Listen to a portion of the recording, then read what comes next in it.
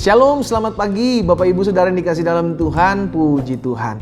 Pagi hari ini kembali lagi saya menyapa setiap umat Tuhan, dimanapun Bapak Ibu Saudara berada di dalam program Bible and Coffee ini. Saya mengajak setiap kita untuk kembali merenungkan firman Tuhan sebelum kita memulai segala sesuatunya di sepanjang hari ini.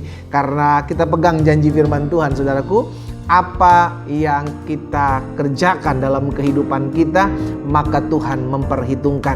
Carilah kerajaan Allah serta kebenaran terlebih dahulu, maka semuanya akan ditambahkan kepada hidup kita. Katakan amin. Nah, saudara dikasih dalam Tuhan, saya percaya hidup kita tidak ditentukan oleh apa yang terjadi hari-hari ini. Karena yang terjadi hari-hari ini justru keadaan semakin menakutkan, keadaan semakin mencekam. Ya kan, dalam pandemik ini kita penuh dengan kekhawatiran, penuh dengan kecemasan.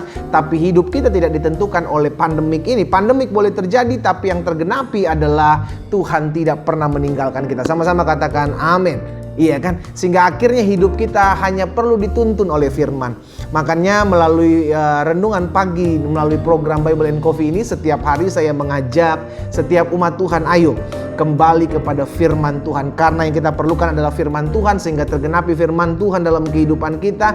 Bahwa firman-Nya menerangi setiap langkah kita, firman-Nya menuntun kita dalam setiap jalan-jalan Tuhan yang sempurna, dan firman-Nya akan memampukan kita untuk menghadapi setiap badai hidup. Sama-sama katakan amin. Puji Tuhan. Mari kita berdoa, saudara yang dikasih dalam Tuhan. Kita satukan hati kita, kita berdoa.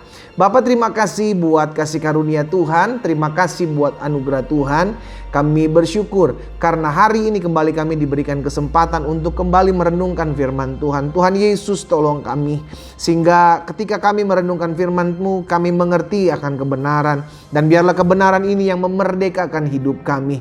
Di dalam nama Yesus, Roh Kudus tuntun setiap kami. Di dalam nama Tuhan Yesus kami berdoa. Haleluya. Amin, amin. Puji Tuhan. Nah, saudara yang dikasih dalam Tuhan, satu kebenaran firman Tuhan saya mau sampaikan buat setiap kita di dalam Yohanes pasalnya yang ketiga ayat 16. Satu ayat ini sudah banyak yang tahu, dan kebanyakan dari kita orang-orang Kristen paham betul ayat firman Tuhan ini, ya kan saudaraku. Sehingga kalau ditanya Yohanes 3 ayat 16, langsung lancar. Tapi tahukah saudara, ayat ini adalah ayat yang sangat menguatkan setiap kita tatkala kita menghadapi badai, tatkala kita menghadapi masalah, dan tatkala kita menghadapi pergumulan. Saya tahu betul bukan hanya ayat ini, tapi seluruh kebenaran firman Tuhan adalah kekuatan buat setiap kita. Tapi Injil yang adalah kekuatan Allah, dan di dalam Yohanes 3 ayat 16 ini menggarisbawahi dan menyatakan bukti bahwa Allah mengasihi saudara dan saya. Iya kan? Dengan dasar Allah mengasihi hidup saudara dan saya, maka kita bertindak mengasihi sesama kita. Kenapa? Karena hidup saya sudah dikasihi oleh Tuhan. Siapa saya, akhirnya saya membenci sesama saya. Nah, kita lihat sama-sama saudaraku, Yohanes 3 ayat 16. Saya percaya setiap kita sudah hafal ayat ini, ya kan? Karena begitu besar kasih Allah akan dunia ini, sehingga ia telah mengaruniakan anaknya yang tunggal. Tunggal saudaraku, satu-satunya, only begotten son, supaya setiap orang yang percaya kepadanya tidak binasa. Jaminannya jelas. Diberikan anaknya bagi kita, kita percaya kepada pemberiannya ini, maka dampaknya kita tidak binasa. Berarti yang Tuhan inginkan, berarti yang Allah kehendaki adalah setiap orang tidak binasa, melainkan beroleh hidup yang kekal. Katakan amin. Ini dulu. Sehingga akhirnya kita mengerti bahwa keselamatan bukan hanya disediakan bagi orang-orang Yahudi, bukan hanya disediakan bagi orang Kristen, tapi disediakan bagi dunia.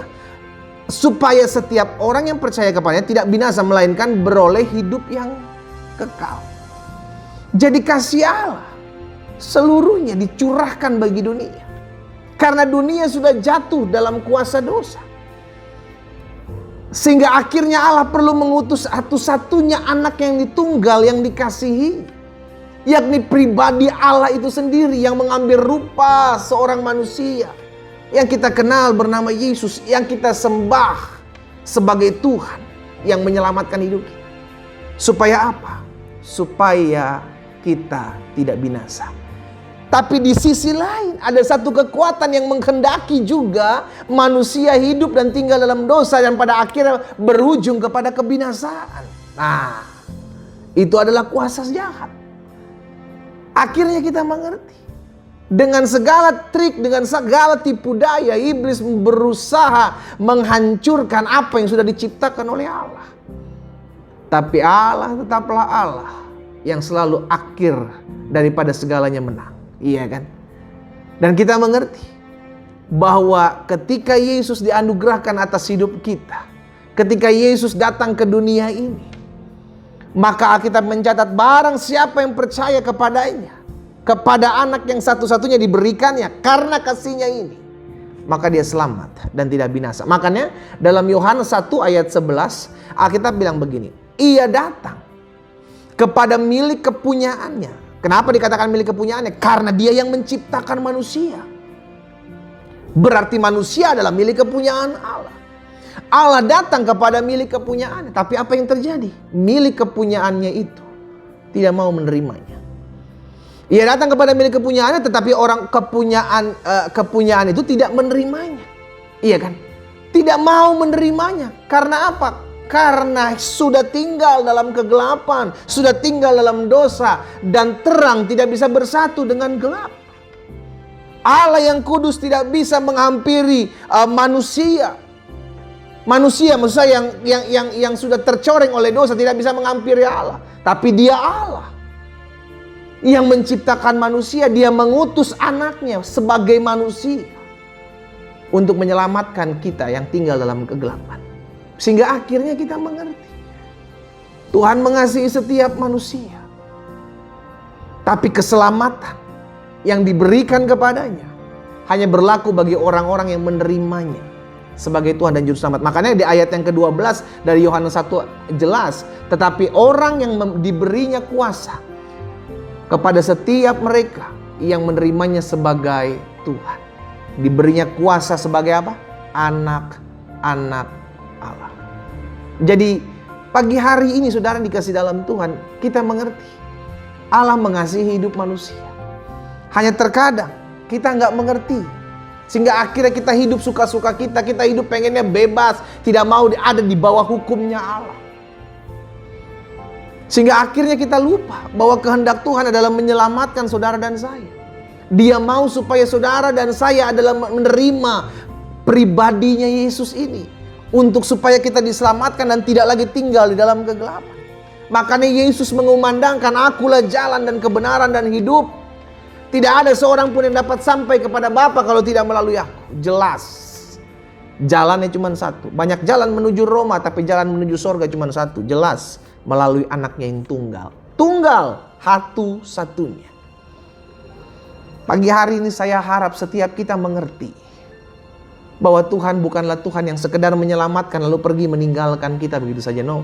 Ketika dia menyelamatkan kita, maka dia juga bertanggung jawab memelihara hidup saudara dan saya. Kenapa? Karena dia mengasihi kita. Alkitab mencatat ketika kita berdosa saja Tuhan Yesus mau mati buat kita. Posisi kita masih jadi orang berdosa, diselamatkan oleh kasih karunia dan anugerah Tuhan. Terlebih ketika kita sudah diangkatnya menjadi anak. Pasti Tuhan tolong, pasti Tuhan bela. Itu sebabnya saya mengencourage setiap umat Tuhan. Kalau engkau hari-hari ini merasa berjalan seorang diri, kalau engkau hari-hari ini merasa ditinggalkan oleh temanmu, oleh kerabatmu, oleh karena engkau sedang mengalami kesusahan, saya mau ingatkan engkau, masih ada satu pribadi, yakni Yesus Kristus yang tidak pernah meninggalkan setiap kita. Alkitab jelas mencatat perkataannya, aku menyertai engkau sampai kepada kesudahan zaman. Amin. Dia menyelamatkan karena dia mengasihi kita. Dia menyelamatkan kita karena dia tahu kita tidak bisa berjalan seorang diri. Itu sebabnya dalam beberapa hari ke depan kita akan merayakan peristiwa kenaikan Yesus Kristus ke sorga. Ini membuktikan bahwa dia empunya sorga. Ini membuktikan bahwa kematian tidak bisa mengikat dia. Maut tidak bisa menguasai dia. Dan dia adalah Tuhan. Amin saudara.